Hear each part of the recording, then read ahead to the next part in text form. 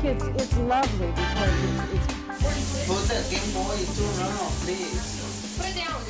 improving parent-child relationships shows real families learning how to improve their real-life relationships. Strategy part. Join us and learn how to improve your relationships with children. Give me 10. Good job playing by yourself with your own puzzles. Welcome to Improving Parent-Child Relationships. This first episode shows some typical examples of parent-child interactions and some principles for improving them. All the episodes emphasize the importance of building strong, positive relationships between parents and children. Here's an example. Can I do it? I'll let you try. Okay. I get the panda. I get the potato. Okay, it's kind of tricky though, okay? Let me show you. I don't know how well you're gonna get it, so flinging skins. Okay, I think that's good. Because Mom's freaking out over here. Fine skins. Yeah, fun skin.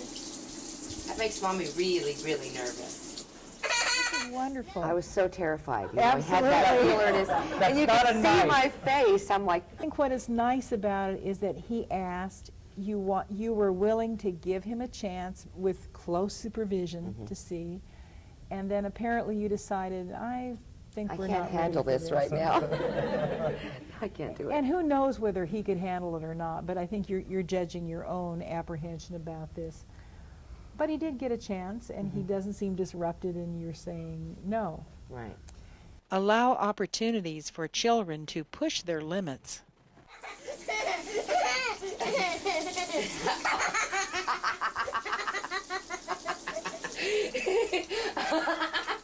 I didn't mean to get you in the face. I'm sorry. Okay. Can we fling some more skins at you? Yeah. I am missing. This is pretty fun. Yeah. We've never played this game before. No.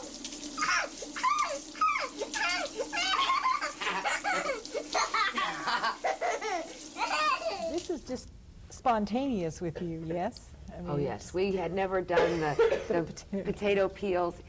We had never done that. You know, but the one, it landed on his face, and he just got the biggest kick out of it, thought it was the cutest thing ever. And you know, what a parent wouldn't give to have that, you know, Oh, yeah. have So that much at that fun. moment, you must have thought, why not? So I thought, well, let's just take the ball and run with it. And then he laid his face down on the counter, and then I was really starting to ache. And I knew that it wasn't going to, we weren't going to hurt anything or anybody, right. or, you know, so. Yeah, we I have think it's- potatoes every night.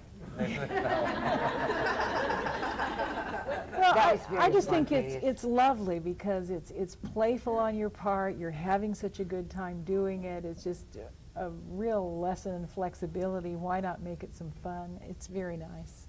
Respond to opportunities for unplanned fun.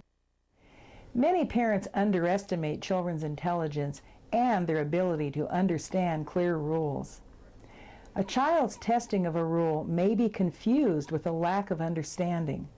What follows shows a mother who has learned how well her 18-month-old understands. It needs to stay in the kitchen, honey.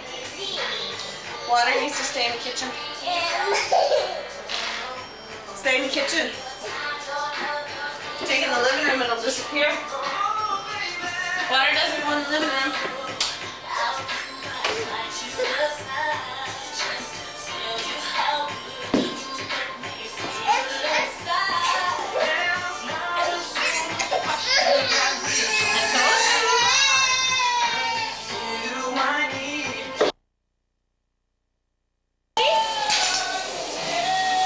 Stays in the kitchen.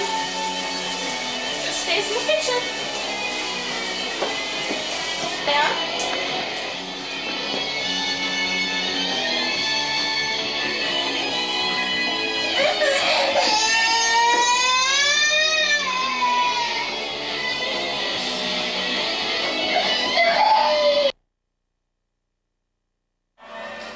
Are you really thirsty?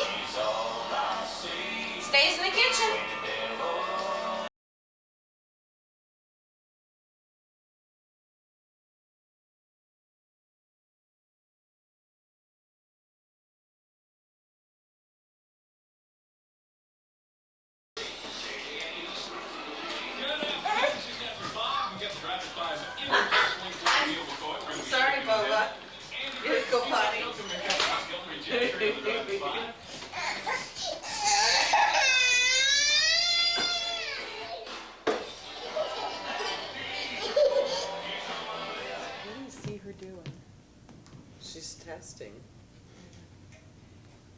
hard to believe somebody so little can have so much intention, doesn't it? I mean, she really is looking I to see. used to think that.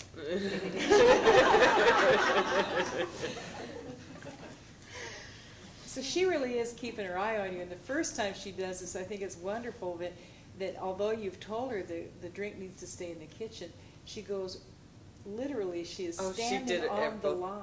Water doesn't go in the living room.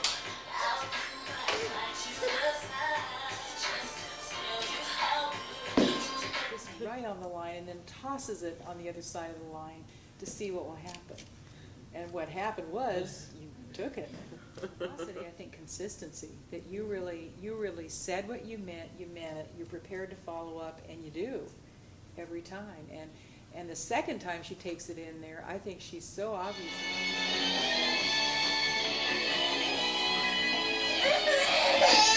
Looks at you and wants to know what you're Oh, going to do. I don't even think she was thirsty at all the whole time. No, well, she And wasn't. she got attention.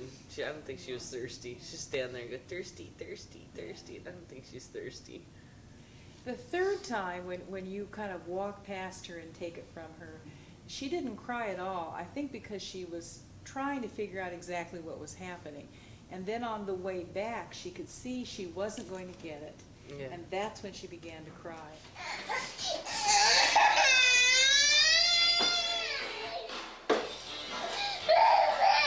And if you only looked at that part of it, you know, the sadness in her face and how kind of pathetic it looks, one might feel sorry for her. One doesn't. Now, why don't you feel sorry for this poor, pathetic little child? Because I'm learning. Well, because it was so intentional on her Oh, part. yeah. And she has a choice not to be sad because she has a choice not to take it in the living room. It's okay for her to have it in the kitchen. She can drink all she wants, but she isn't allowed to have it in the living room. So making that choice means it's going to be taken away. So how sorry can you feel for her, even though she looks pretty sad at this point? And maybe she's not sad about not having the drink. Maybe she's sad about not having her way. Mm-hmm. Establish reasonable limits. Enforce them consistently. Expect children to test limits. Be an observer without being upset. Realize that the struggle is about who gets their way. Power struggles are common between parents and children. It's important to stay out of them because you won't really win. Here's an example of how successful children are at getting their way. Are you done?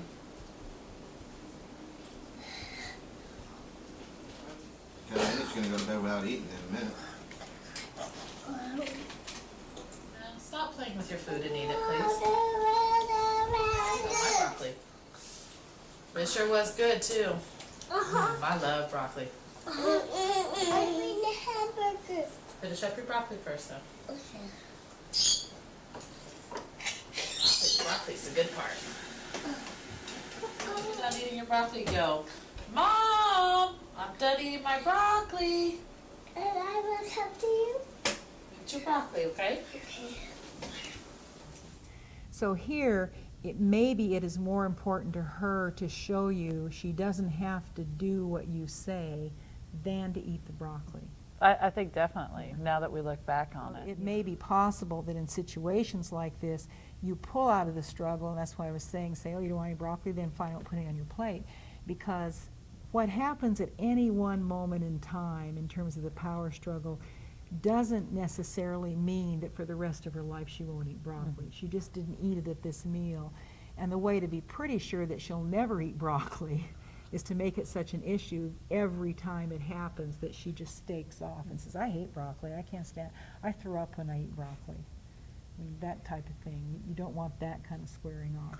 I think that if I would have made the statement, then okay, you don't want any, early on, that Yeah. if I would have, whether I put it on the plate or not, she would have eaten it, and it wouldn't have been an issue at Yeah, all. I think you're right, because power struggles are just that. Right. And that they go to great lengths to win them. Broccoli, okay? Okay. I want big broccolis. Good girl.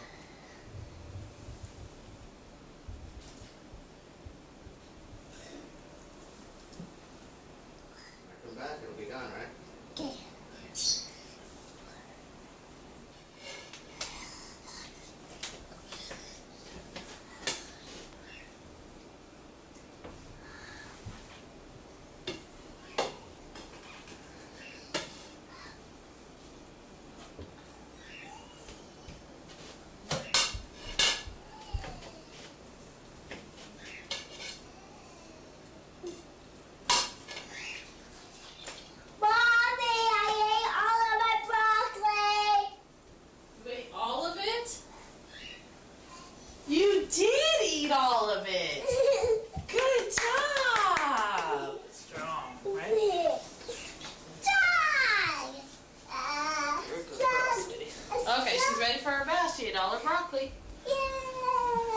check under the table.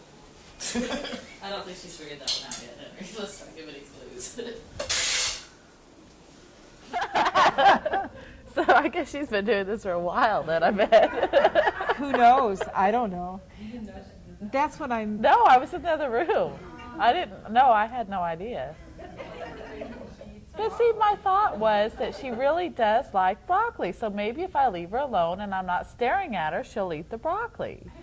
Well, You know? maybe she does like it. I don't know. Who knows? To me, it just feels like such classic power. Very good. And the intent on her part to win. You're not going to make me do this. And I will come up and over it. And then she gets praise at the end, you know. So I mean, I just think it speaks to the ingenuity that she has for being able to maneuver her situation. It also points out to me, you know, you were saying in the beginning, I probably just should have said, if you don't want it, fine, you don't have it. Because look to the extent to which she's willing to go to win this power struggle, you know. Trying to make children do things leads to power struggles. Even if the parent wins the power struggle, it damages the relationship. Children are incredibly resourceful at winning power struggles. Sometimes power struggles involve children doing things that are unacceptable. Taking firm action right away is more effective than trying to correct the situation through talking. Here's an example.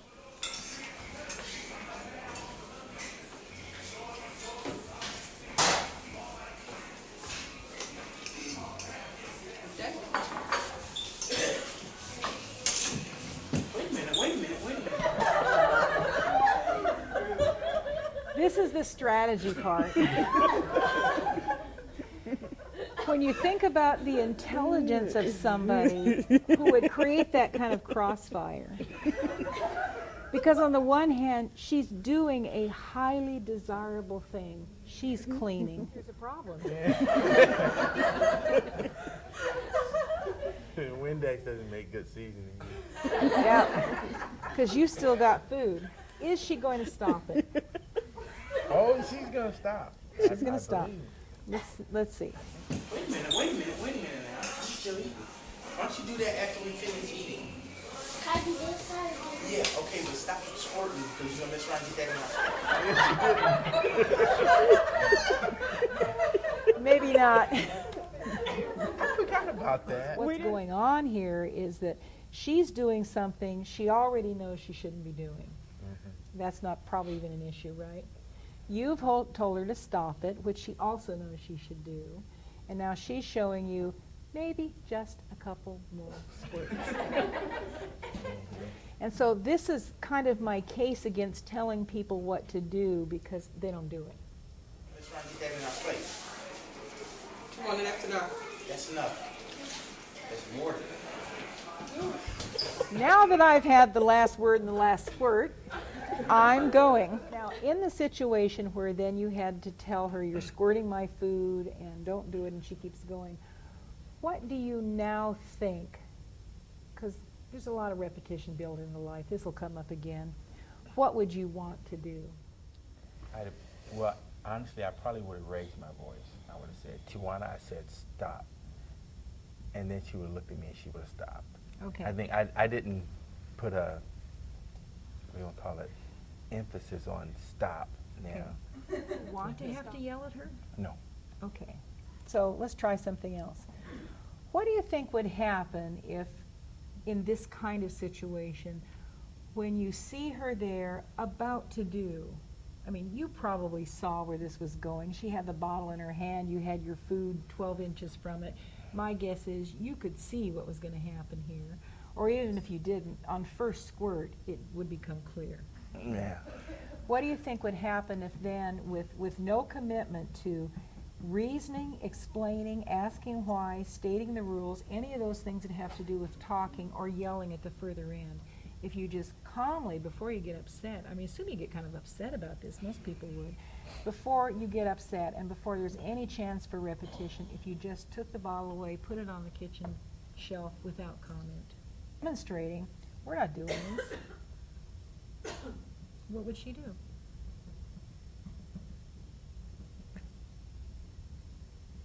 she'd probably kind of smirk a little bit, but she would have known. Yeah, I think she would have too. She'd been like, Yeah. And what I'm after here is I don't think that the reminding, the asking for the rules, the having her explain establishes credibility. I think that what establishes credibility is calm action without yelling or being angry, upset, just that this isn't what's going to happen, the bottle goes up. And I think what you're demonstrating here, if you were to do that, is we're not doing nonsense. Telling children what they already know is not effective. Taking action is. In order to understand children, it's necessary to understand what they're trying to accomplish through misbehavior. When goals are not understood, corrections will miss the mark. Here's an example of a child who reveals a goal that is different from what her mother expected.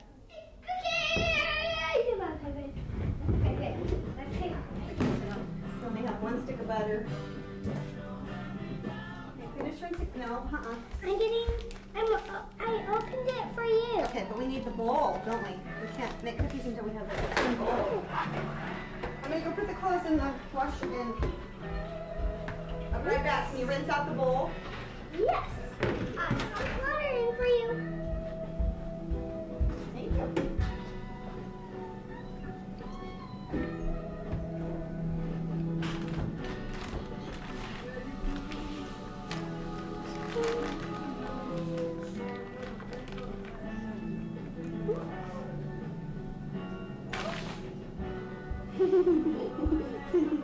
I knew she would do this.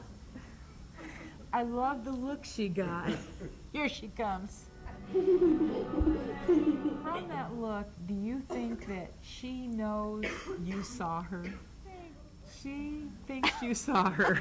I think it's fear of being caught here. I really don't. I think it's more along the lines of, look what I did and you saw me and I'm doing it. What do you think kids like? Do you think they like to get away with things or do you think they like to get caught? Get caught. I think so too. Yeah. That's so important because I think we got a whole room full of parents that think kids like to get away with stuff. But the real fun is getting caught because then you can show them that you can kind of do what you want, right? That's what I think. Understanding the goals of children's behavior leads to more effective responses. Being firm and consistent is difficult for many parents. Often parents don't realize just how much they give in to their children. In the next example, Romaldo had not eaten his dinner. The rule is no dinner, no dessert. Now his mother is getting up to get some dessert for herself. Because I'm gonna go get some Go get ice cream. No. Why?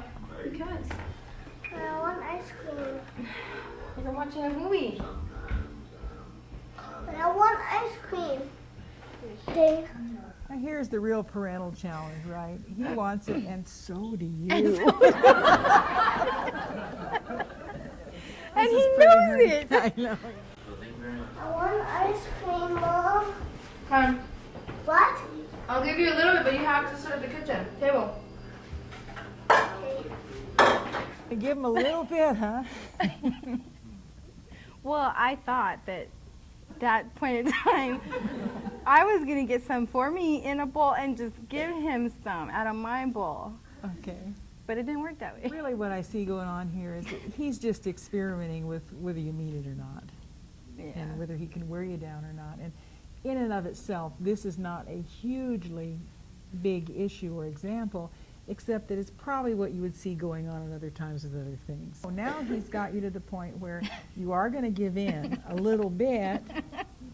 Maybe he can get you to give in a little more. Mommy, you give me a big one. A little one. I'll give you a little bit. Because you'll make a mess. I won't. You want to come over here with me? Yeah. Okay, come here. Yeah, and I'm thinking, gosh, I feel bad. He's over there and I'm over Why are here. you allowed to eat ice cream on the couch? Because I'm a grown-up. I Because don't you're spill. grown and you don't spill. Okay, that makes sense to me. And he is eating ice cream at the table because? Because he spills. Okay. So maybe that's a fair rule. If And I if- follow through. Well, if you follow through, right? So what you're seeing here is that you had a reasonable rule based on the situation. You don't spill, he does spill. And then you began to feel a little bad. Don't tell me to get the band back together. You want to read ice cream over here again, okay? We get the band back together. Spill it, then you're not ever going to eat ice cream over here again. What's with the band is they get hit. You sort of know that maybe this wasn't the best thing you could have done because there's going to be some ice cream spill, right? Most likely. So you're kind of breaking your own rule. Hey.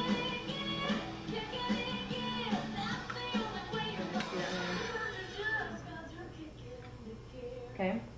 I want to get orange. Did you hear me? That's how much pretend I didn't see that. I want to get orange.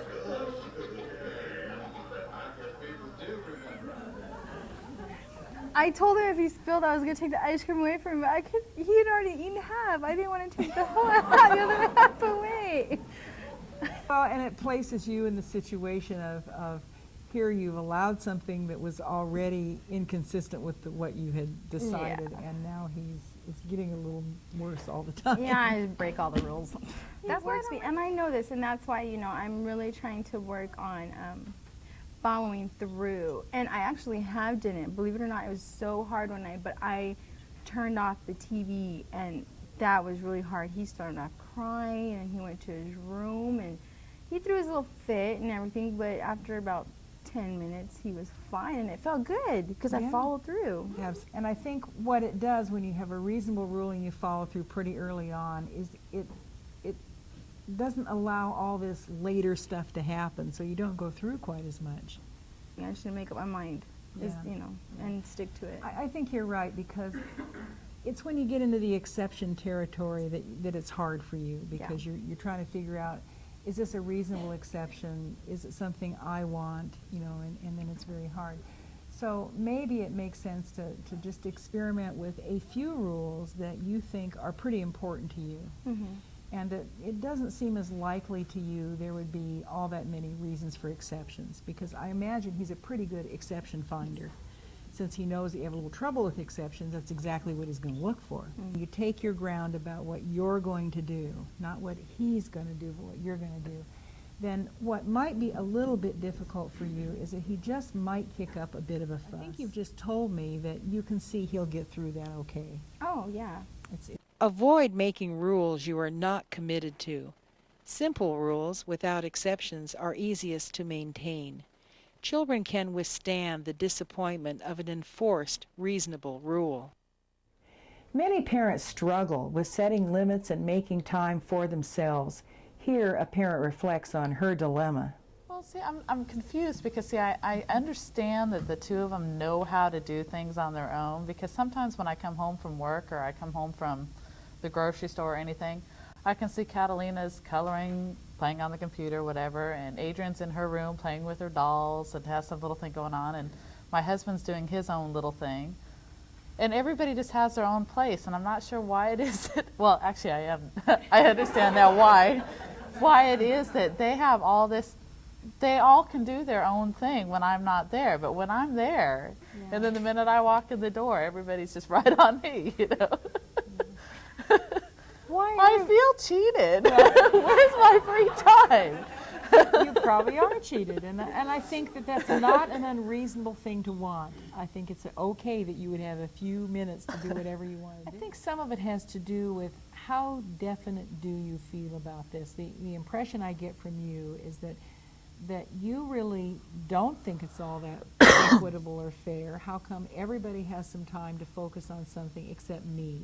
And should I have to wait till midnight when everybody's gone to bed and nobody's there? And I don't think so. I think maybe establishing yourself now would be good. I think it is true that they do this because you have allowed it. And I think the reason you've allowed it is you're a nice person. You really are. I mean, I think you care about them, you're interested in them, you're nice to them. And they know that they can just push nice a little bit, because you wouldn't want to be anything less than nice. Always responding to children's needs and requests teaches them that they should always come first, and you don't need time for yourself.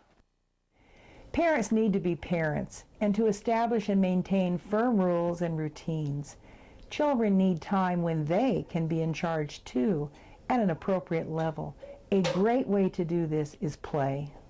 Let's play Collected Bear. Okay. Okay. I'm Papa Bear. Okay, you're Papa Bear. Okay. Yeah, you guys go for a walk in the woods. Eating my porch. Someone's been eating my porridge. Someone's been eating my bed, and she's still there. Oh, what? Oh no, you found me. I have to run away.